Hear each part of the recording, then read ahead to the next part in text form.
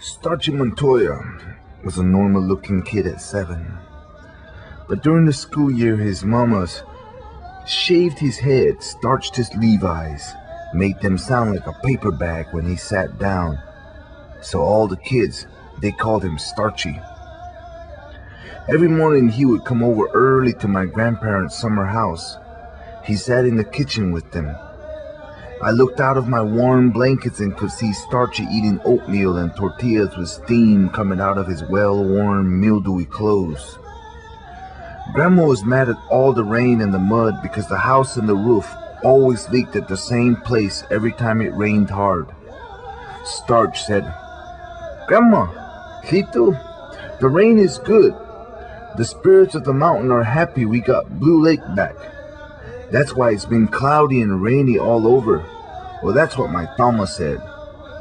His daddy was on the war chief's staff, and the staff had killed some buffaloes so that they could feed all the people at the celebration for winning back our holy lands. We could faintly hear the drumming and the singing from our grandma's house. We went into the pueblo. At the east side wall, we stood leaning on our bikes. Starchy had an orange modified chopper with a silver banana seat. Starchy said he was going to customize mine into a chopper too. We just had to get to the dump to look for an old bicycle to get the forks off of, he said. Hey, look at all the people in line to eat buffalo, said Starch. There were black people in raincoats, white people with brightly colored umbrellas, Indians and hippies from Hondo, Spanish folks holding up cardboard and plastic bags to keep the rain from soaking them.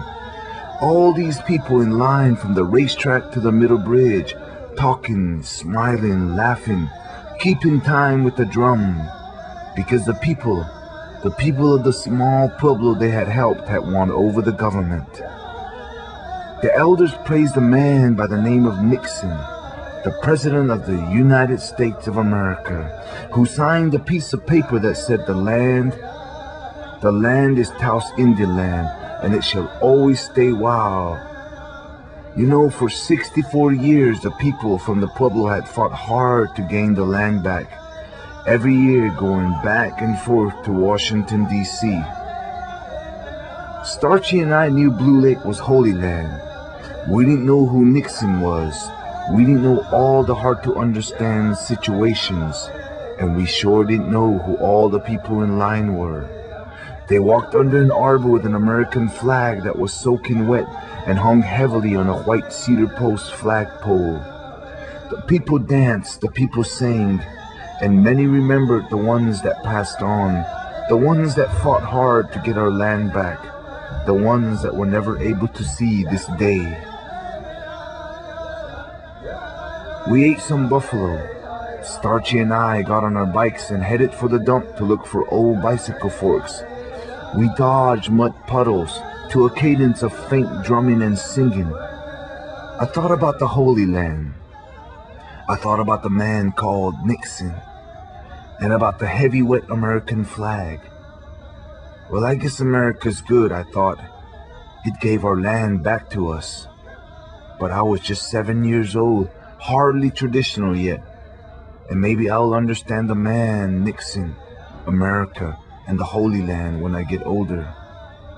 What was more important now was catching up to smelly, starchy Montoya and riding to the dump to look for old bicycle forks to make me a modified chopper with a white banana seat.